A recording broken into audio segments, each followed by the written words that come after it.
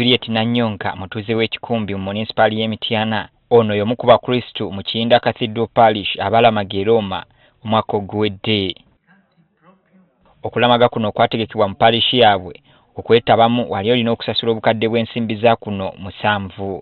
Mukazi wattu okuziweza agamba bamusondera nsondere. Mukama ye yanyimirirawo nsobola okufuna abantu ab'omutima omulungi ab'ekisa ne basobola okunziruukirira.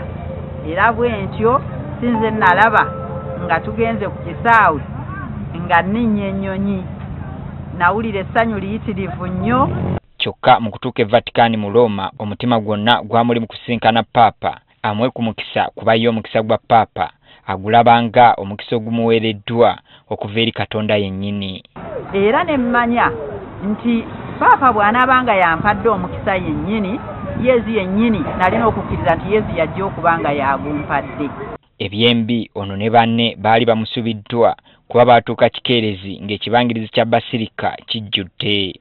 Twagenda okutuuka nga wonna wajjudde dda ne mpulira ennaku ne ŋŋamba nga ne baŋŋamba nti Papa ayiseewo atuwadde kajjambo. Ne mpulira ennaku mpitirivu nnyo ne ŋŋamba Yezu kati nze ampiseeko. Agamba omukisa gwe baalina tagulabanga kubanga ate baabayita butereevu ne babatwala mu maaso era bwe baatuula nga bwe baafunira omukisa okukwata Papa mu ngalo.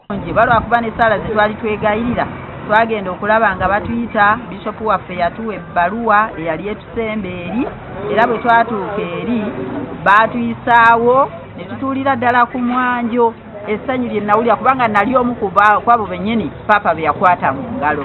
Atubuulidde nti kino kyakyusa obulamu bwe. Sijja na kuluyisaayo nti essanyu lye nawulira lyali lingi era Mukama mpulira ng'obulamu bwange yabukwatako era tebwasigala kyekimu. Ekyokufa kwa Papa kyamukubye wala kyokka nga musiimu gyali olw'okufuba okulaba ng'aleeta emirembe n'essuubi mu nsi yonna. Olw'okuba obubaka obwajja obw'okuleeta essuubi n'emirembe mu nsi, essuubi eryo baatugamba ffenna tulyesunge era nga tuwulira muli essuubi eryo litujjudde kubanga omulamu ogwo gwava wa Papa yennyini ogw'okuleeta essuubi n'emirembe mu nsi. Era agamba ayongera okwesiima kubanga Papa yafiiridde mu budde obutuufu obw'amazuukira. Era ng'afiiridde mu budde obw'obusaasizi bwa Katonda. N'olwekyo tukyebaza wadde tuwulira ennaku ku mutima naye nga twebaza Omukama kubanga afiiridde mukadde ak'okuzuukira kwa Mukama waffe Yezu Kristu. Ne Maria Kanaakulya naye y'omu ku banyumya olugendo lw'e Roma gye basisinkanira Papa. Ono ye mwami we yamusasulira ssente obukadde 7. Nebaza omwami wange Omulangira Kanaakulya John Baptist kubanga nze saanoonya ssente ye yampa ssente ezagenda e Roma. Atubuulidde nti ye guno gwali mulundi gwa 2 okusinkana Papa ng'ogwasooka yamusinkanira mu Nnyonyo lwe yakyalako wano mu ggwanga. Ebiseera ebyo twali twakatukuza obufumbo bwaffe kakati Papa ng'agenda okusisinkana abafumbo n'abasomesa b'eddiini e Munyonyo. Era mu parish eno nebaza mu bwana mukulu yaliwo mu kiseera ekyo Father Augustine Lukenge twali bamu ku couples ze yalonda okuva mu parish eno okugenda okusinkana Papa Francis e Munyonyo. Yagamba okuva lwe yasinkana Papa tewali kyakwatako ne kigaana okutambula.